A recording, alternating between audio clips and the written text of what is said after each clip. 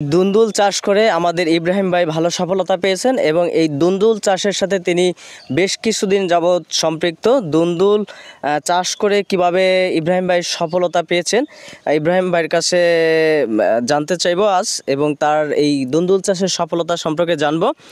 ভাই, দুন্দুল চাষের সাথে আপনি কত দিন বা কত বছর যাবৎ সম্পৃক্ত? এই দুন্দুলটা লাগাইছি আপনার 2.5 মাস হইব। 2.5 মাস পরে এখন দুন্দুলটা হইতে আছে। এখন দুন্দুলটা 2.5 মাস আগে লাগিয়েছেন, কিন্তু এই দুন্দুল চাষটা আপনি কত দিন যাবৎ করতেছেন, মানে শুরু কবে থেকে করছেন? এই 5-7 বছর 5-7 বছর যাবৎ দুন্দুল চাষ করতে করতেছেন। আছি। হ্যাঁ, এই যে দুন্দুল আমরা যেটা দেখতে পাচ্ছি এখানে, এটা কি বিক্রির যোগ্য হয়েছে? যে এটা বিক্রির যোগ্য হয়েছে, এটা আগামীকাল বিক্রি করুম। এই দুন্দুলের বয়স কত? এটা আছে হলো আজকে 6 দিন।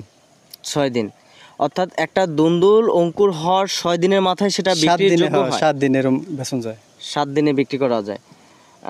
ওই ছোট সাইজও আছে, যে সামনে আমরা ছোট সাইজ। যারা দুন্দুল চাষ করতে চায় তারা মূলত ওই দুন্দুল গাছটি কোন মাসে রোপণ করলে ভালো হয়?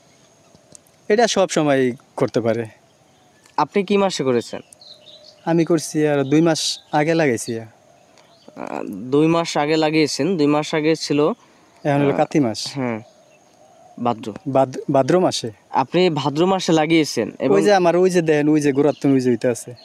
ভাদ্র মাসে মাটির তো এমনি হইতে থাকে। ভাদ্র মাসে লাগানোর পরে ফলন দেওয়া শুরু করছে কি মাসে? এই প্রায় 1 মাস হয়ে গেছে ফলন ধরছে। 50-55 দিনই ফলন দেওয়া শুরু করছে, তাই না? এইটা ধরেন আরো কতদিন পর্যন্ত ফলন দিবে? এটা আরো প্রায় 3-4 মাস যাইব। এটা হইতেই থাকবো। এটা কোনো গাছ বেশি হইব না, বুড়ো হইব না। যত সার দিম এত এটা গাছ সাথে থাকবো। আপনাদের স্থানীয় বাজারে দুন্দুলের চাহিদা কেমন? এখন মোটামুটি চাহিদা ভালোই, এমনি 40 টাকা 50 টাকা কেজি। দুন্দুলটা যখন বাজারে বিক্রি করেন, বাজারে যে পরিমাণ চাহিদা রয়েছে সে পরিমাণ কি আপনি সেল দিতে পারেন? না, এই পরিমাণ সেল দিতে পারি না তো আমরা। তাহলে এই দুন্দুল চাষটা তো আরো বিস্তার করতে হয়, আরো উৎপাদন করতে হয়, তাই না?